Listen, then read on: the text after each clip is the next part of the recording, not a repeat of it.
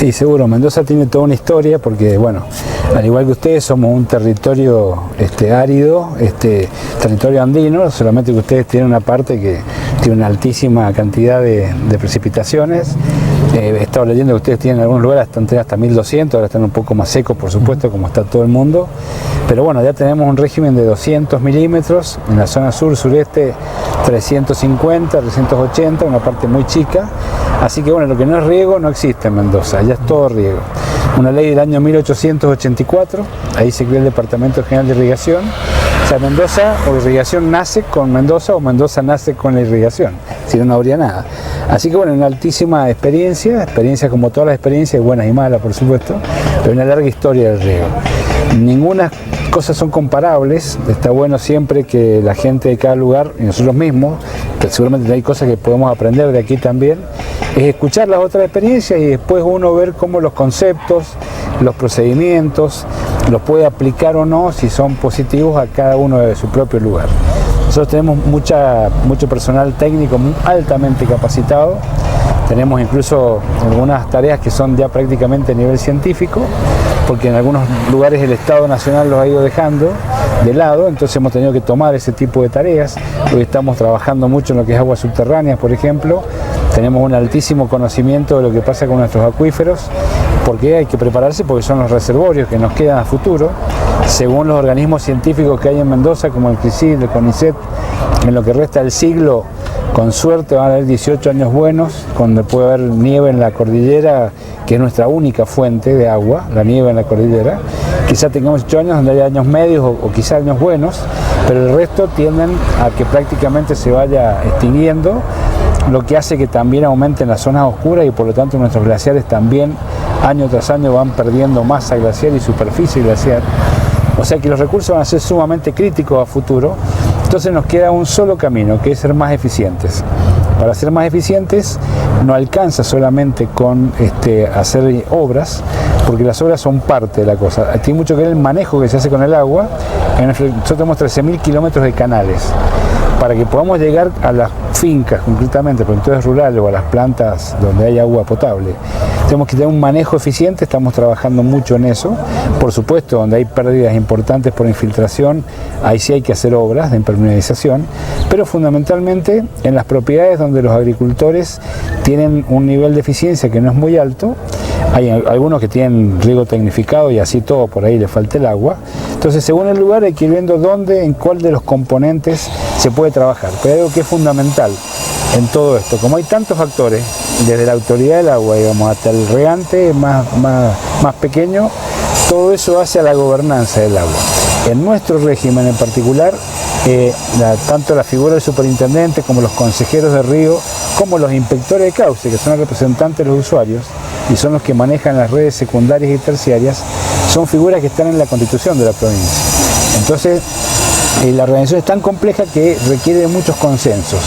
Si yo, por ejemplo, tengo autoridad para tomar un montón de decisiones que la única forma de apelarlas son o ante el consejo, que son los propios consejeros de los ríos, ellos pueden revocarme decisiones y si ellos la mantienen, después hay que ir a la Corte Provincial.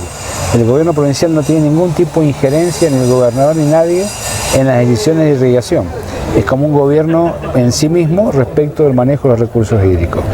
Con los consejeros y el superintendente somos un poco el poder legislativo, digamos.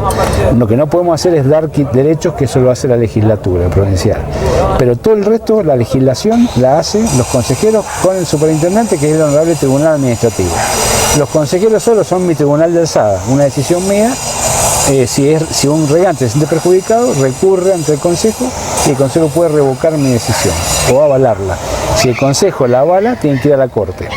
La inspección de cauce, si toma una decisión, porque es como un juez de agua, también puede ser revocada por su delegado, que es representante mío en cada una de las cuencas. Bueno, es un sistema muy institucional, con mucha gobernanza, entonces requiere de mucho consenso. Esto que vamos a hacer acá, donde vengo a contarlo, allá lo hacemos muy a menudo en todo el territorio, vivo viajando, recorriendo las inspecciones del territorio y charlando mucho con los regantes, porque ahora que estamos ante una nueva lógica, antes la lógica era manejar el agua que venía de la montaña, la cual alcanzaba y hasta sobraba. Ahora que el agua es escasa, las respuestas no sirven porque las preguntas son otras.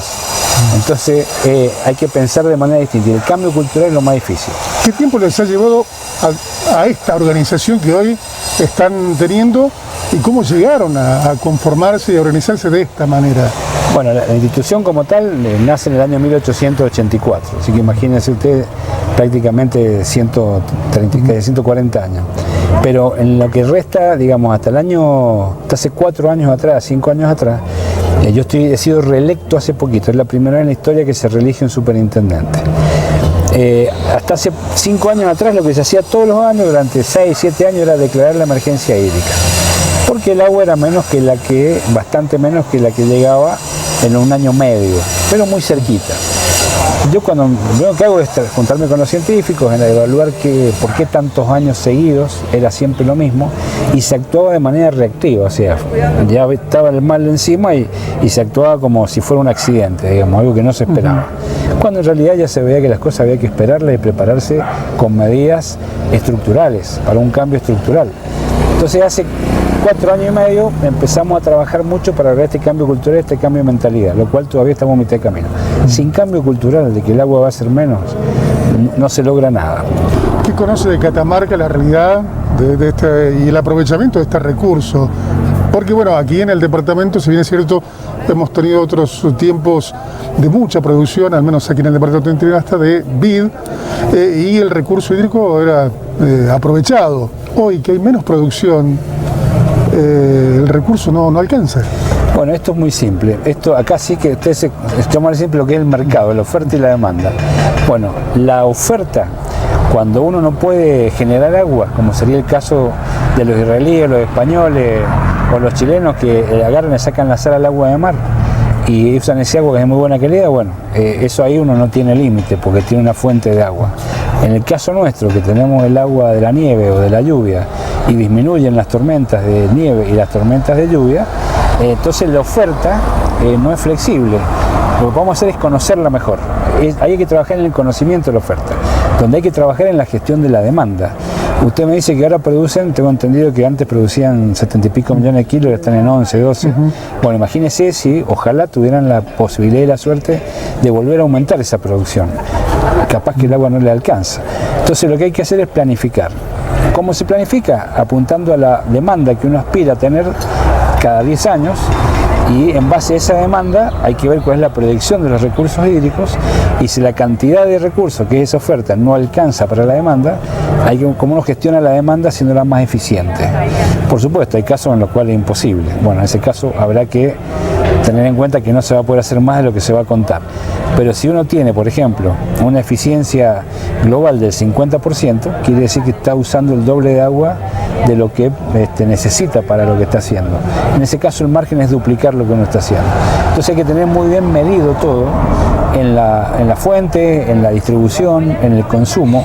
Es más que nunca fundamental medir y medir para saber realmente hasta dónde podemos llegar. No para cobrarlo, pero también es importante pagar el agua, no el agua, sino en realidad lo que cuesta llevar el agua a cada lugar, porque si los sistemas no son autosustentables, después cuesta mucho que esto en el tiempo se mantenga. Entonces, la conciencia de algo que es tan escaso, si no la tomamos en prepararnos para ser más eficientes y pagar lo necesario para que eso pueda llegar, y yo sé que los productores ya también pasa, ya tenemos la vitivinicultura, la principal fuente de ingreso del agro, capaz que se han pasado 8 años cobrando 2 mangos con 50 por el vino y no le ha alcanzado. Bueno, hay que establecer plazos razonables y el Estado debe ayudar para que esos productores se tecnifiquen para que puedan lograr ese objetivo. Si no, la otra es no prepararse, no planificar, irnos achicando hasta que un día no podamos vivir más en el territorio y hay que cambiarse de lugar. Cultura y organización serían los metas. Cultura, metas claras, planificación y mucha gestión. La gestión es clave, la gestión la tiene el Estado con los usuarios, pero tiene que ser quien sea capaz de conducir hacia ese objetivo con la eficiencia correspondiente.